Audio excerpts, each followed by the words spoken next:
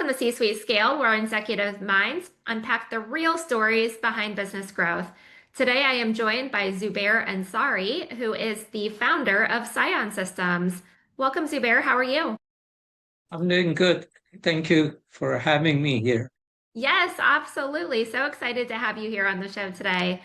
Well, excited to hear about you and everything you have to share about CionSystsems. Talk to me a little bit about how you found the company and what CionSystsems does. Okay. So I have a Microsoft background. I was with Microsoft for 17 years. Primarily, I worked on operating system security and different types of protocols and their enterprise solutions like high availability solution, scalability solutions for very large enterprises. And around 2008, I had always had this bug of doing something on my own. So I left Microsoft, a couple of us, and we started Science System. And our first focus was on the consumer space, and we wanted to, build secure file sharing software for consumers. But we had to take a pivot in 2012, and we recognized that identity, access, and authentication is going to be a huge problem because that's when there was more people, especially enterprises started to adopt cloud. And that's when the bring your device to your work started to happen. And it exposed enterprises to many more challenges than in the past. And so we started off and we focused on building a product rather than taking a consulting type of approach. We built the first product. And one of the unique thing about Sound System is, especially in this space, we are a bootstrap company. We have not taken any external money yet. So we can grow only so fast. So we focused on building the product and we built the first product. And as we moved on, we realized that this is a huge space. And we started to add more and more products. And the result of it is we have, right now, we have 10 different modules. And I'll be the first one to say that we do not cover 100% of the identity access and authentication space because it's so huge and it means different things to different people. So that's how we started. And we started with small and, I believe we have grown and we have done pretty well for a bootstrap company. Was going to say that's really impressive to be able to have grown up to 10 different modules without any type of external funding. Talk to me a little bit about some of the challenges that you've encountered along the way in making sure that that vision was brought to fruition while also having to take it a little bit slower. Oh, we had a lot of challenges. The good thing is I had background in security, so it definitely helped. But we had challenges, especially in terms of development effort, people, and the process and management of it, and also the fact that we can only pay so much. So that added to more of the challenges. And sometimes what would happen is we'll make certain progress and the key person will leave. And that will, affect the product and also the by when we want to release it. And we faced a lot of those challenges. And also another huge challenge we had to face was we had few people here in US and other team was in India because of affordability. And managing a team like that and that is working on a very niche space is a huge challenge because you have to train the people, get them to do, produce something. And while you're not even there and you're trying to do this management over Skype. So it led to a lot of challenges, but we were able to address most of those challenges. And, over a period of time, that has become smoother. Yeah, absolutely. I feel like those types of challenges are so common, in any type of a growing business. It's almost a necessary evil to overcome some of those to be able to get to where you are now.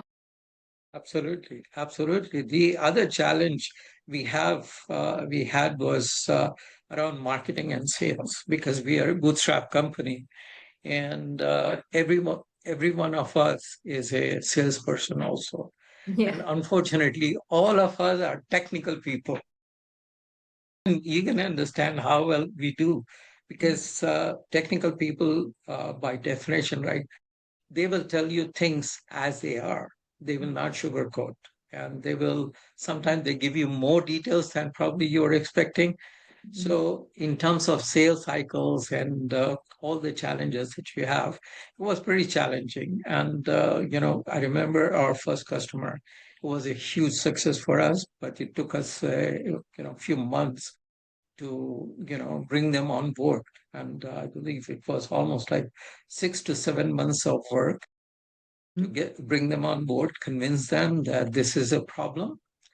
Mhm. And another challenge we had was the space itself, identity, access, and authentication. Right, a few years ago when we started, majority of the industry didn't think this to be a security issue. Mhm. Don't ask me. It's very frustrating for me.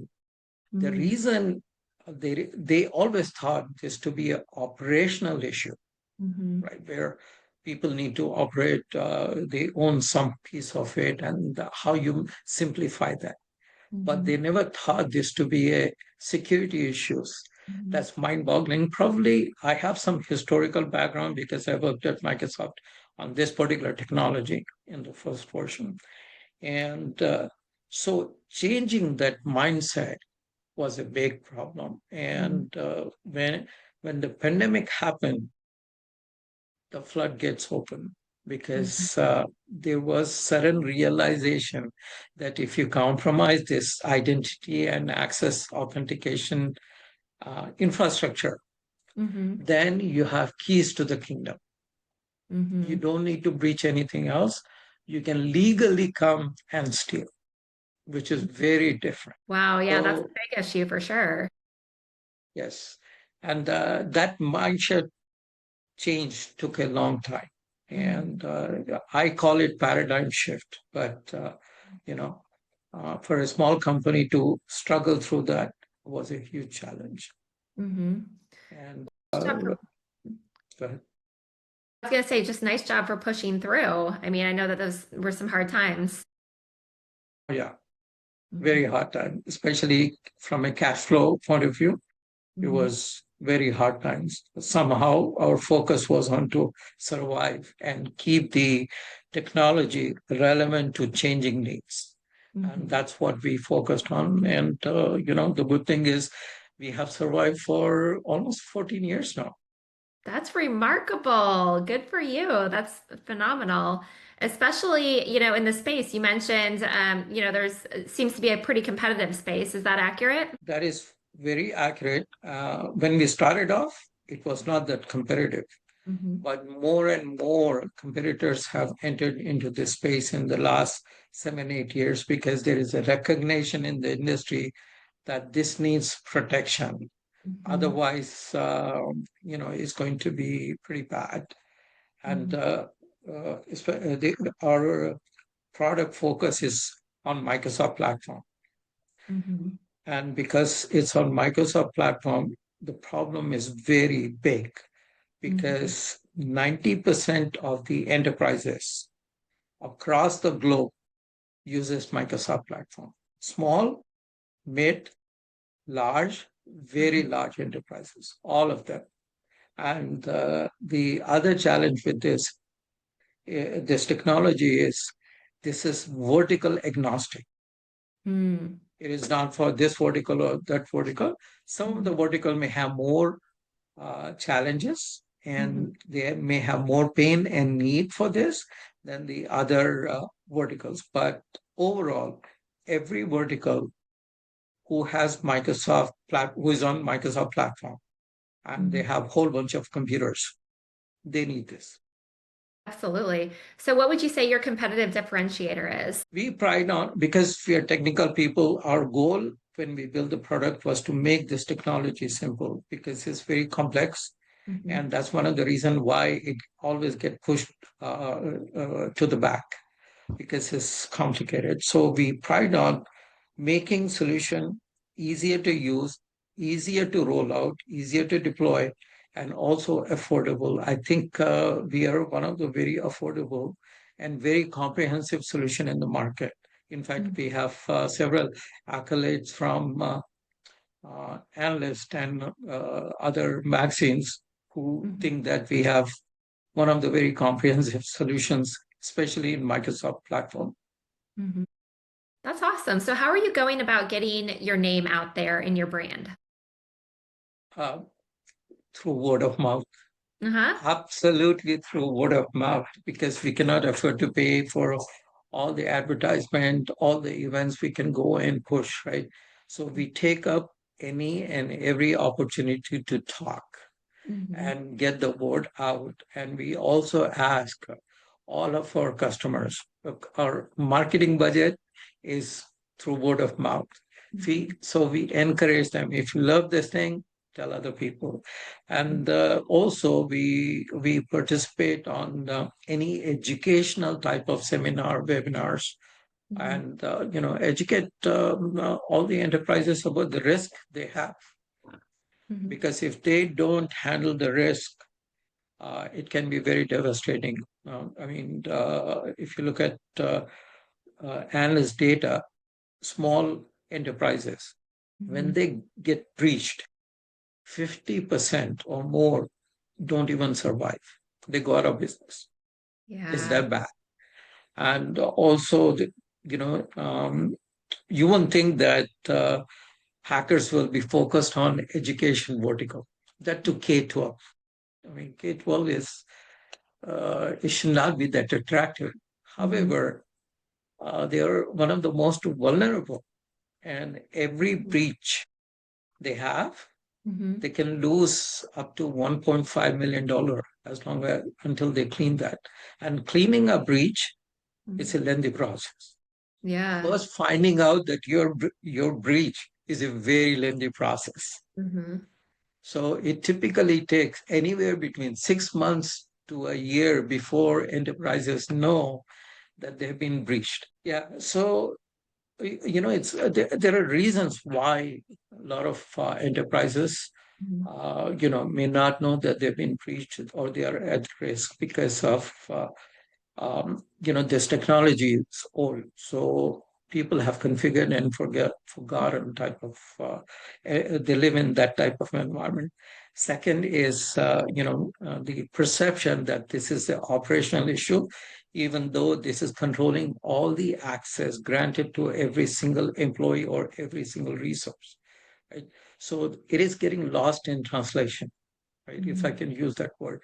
So and that is a huge challenge. And so coming back to the marketing, right? So we take up every single opportunity. If anybody invites us on any panel discussion or any opportunity to educate, the industry about the risk it potentially have for them, we jump on it. And sometimes, those type of speaking engagement results in better results for us also. Yeah, I mean, I'm sure you learn a lot along the way as well. Yes, absolutely. Mhm. Absolutely. So that's how we've been surviving until now. I would change that from surviving to now thriving. It seems like you're doing pretty well.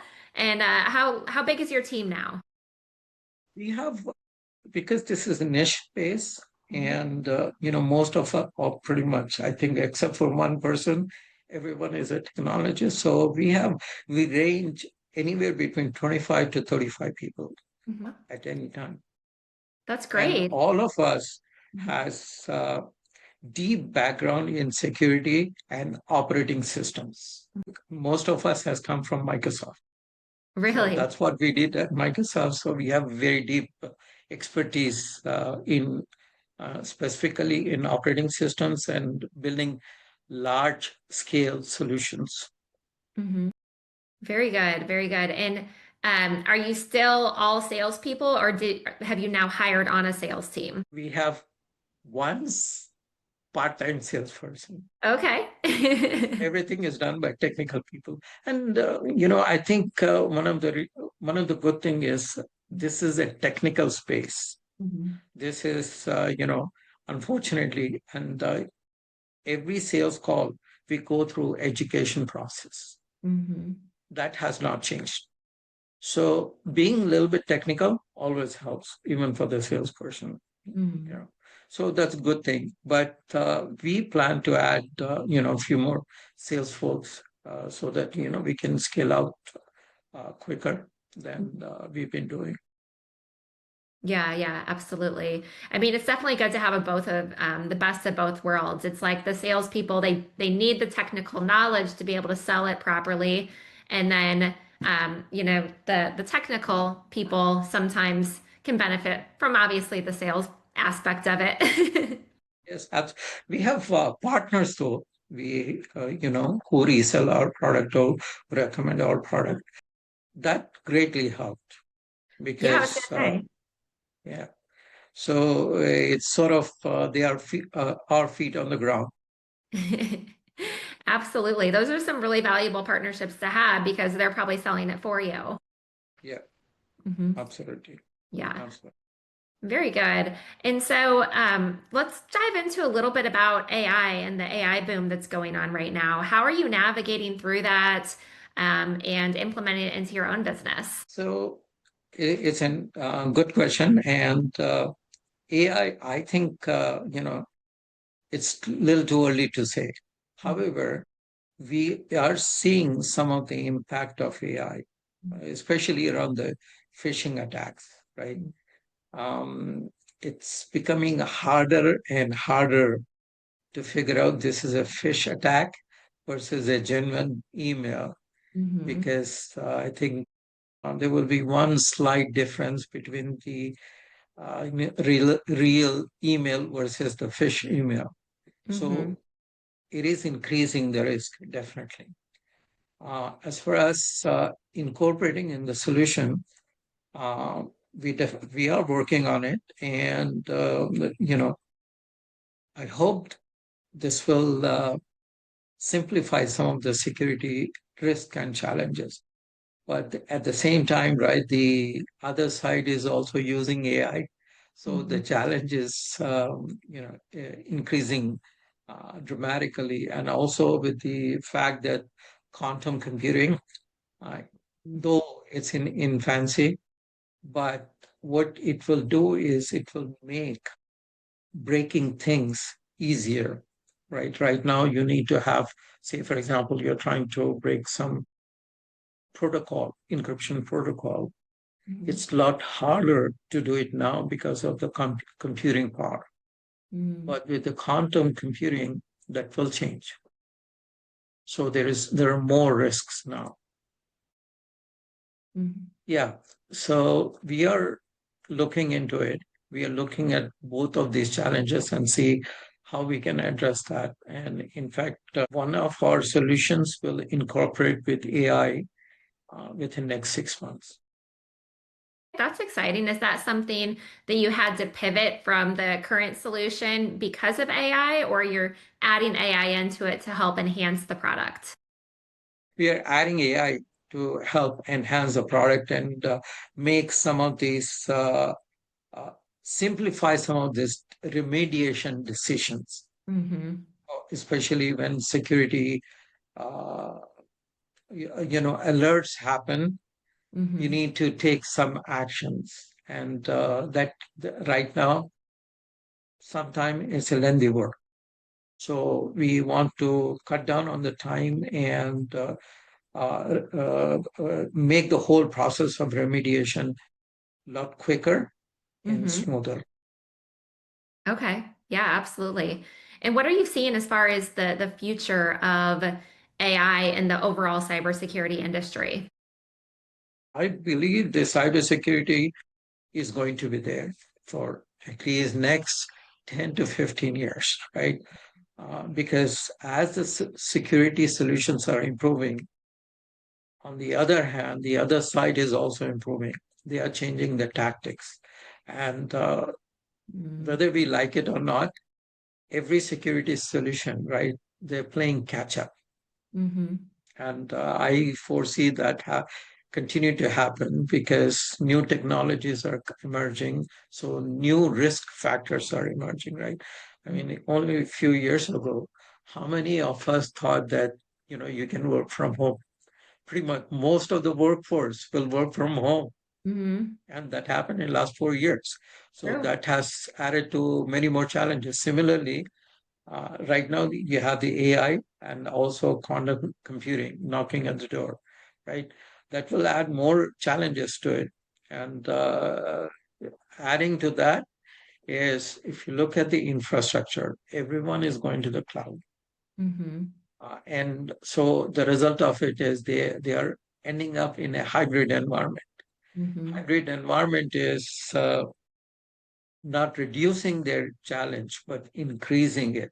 Now you Mm-hmm. have to worry about two set of infrastructure, your on-premise as well as the cloud. It's Mm-hmm. not, if you worry only about the cloud, you're increasing your risk. So these challenges will continue to grow. And also similarly, uh, you know, uh, both state and non-state players will continue to evolve their hacking mechanism. So the Yeah. solutions like ours and others have to keep up, and that will happen for at least 10 to 15 years.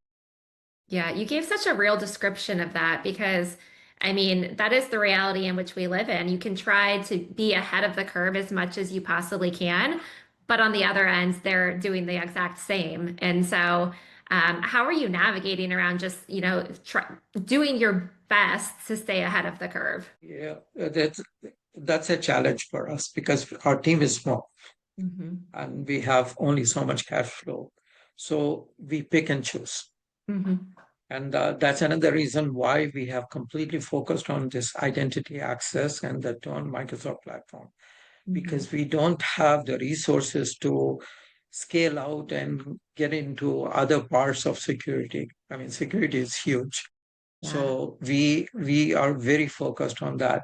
And I believe, given our size, etc., we can only focus on that part of the technology and see how the evolving technologies are impacting that and address that.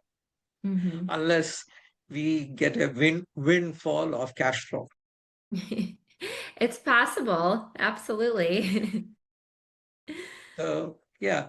And, I want to say one thing about the security. A lot of the enterprises, they think this security assessment is one-time deal. Hmm. They will do it one time. They remediate and they leave it, especially in our technology, identity and access and authentication. And they think that they're good. But the Hmm. problem with is, especially the IAM space, the backend database, right? It's constantly changing with Hmm. and without your knowledge. So if we have done some security work today, 2 months from now, and you think that you're good, two Hmm. months from now, behind the scene that is holding all the data, there are changes in it. Hmm. So it's an ongoing effort to keep yourself secure, meaning, make it reduce your risk and making hard for others to penetrate your enterprise and breach. When I say security, that's what I mean. There is no such thing as 100% security, Right. Just trying but to you be. can make it very hard for Mhm. anybody to breach. And I imagine if you're making it harder for them to breach, if somebody is trying to, get their way in, they're going to notice that, oh, wait, this company has things locked up. I'm not even going to try. Versus another company, they might see a few open doors and spend more time on that other company. Is that fair? Yes, absolutely. From their point of view, it's better use of time. Right? Mm-hmm. I mean, instead of spending say 1 week on this, and if they can only spend half an hour and brief somebody, I mean, they will go with that Yeah, yeah, exactly. unless they have some, a personal reason to spend that much time and try to break it. Hmm. Absolutely. Otherwise, yeah. So coming back to the point, I think it's important for everyone to understand security is an ongoing process. Mhm. It is not one-time deal, 1 or 2 time deal. And Mhm. if somebody does that, they're increasing their risk. And also the increase of risk is because now you have this false view that, you're secure. Mhm. I think that's bad in Mhm. terms of your risk assessment. You're putting yourself under more risk by doing that. Yeah. I would say so for sure. Well, and I almost feel like the fact that you've specialized within the Microsoft space to that specific niche that has, helped you in a way in order to get your message out so you can really just target those Microsoft customers. Is that also fair? Yes, that is absolutely correct because 90% of the enterprises across the globe are on Microsoft platform. Mm-hmm. Very So they are good. the biggest player uh, in the world. Do you target businesses of all sizes, or is there a specific size of business that you target? Question. So this identity access and authentication space, right? It's typically the pain is more for mid to large and very large enterprises. Mm-hmm. However, even for small enterprises, there are aspects of it, this space, which can be very critical. One of them is these days everyone knows multi-factor authentication. That is one. Second thing that can be very useful for even smaller enterprises, that is like under 100 users, right? Credentials. Mm-hmm. Now, one of the challenges with passwords is very hard to remember. So people use the easiest passwords. They never change, right? Mm-hmm. And also on top of it, the passwords are, the hackers, they have many variations of passwords. They Mm-hmm. already know that. And also the resulting encryption and also the hashes. They already know that.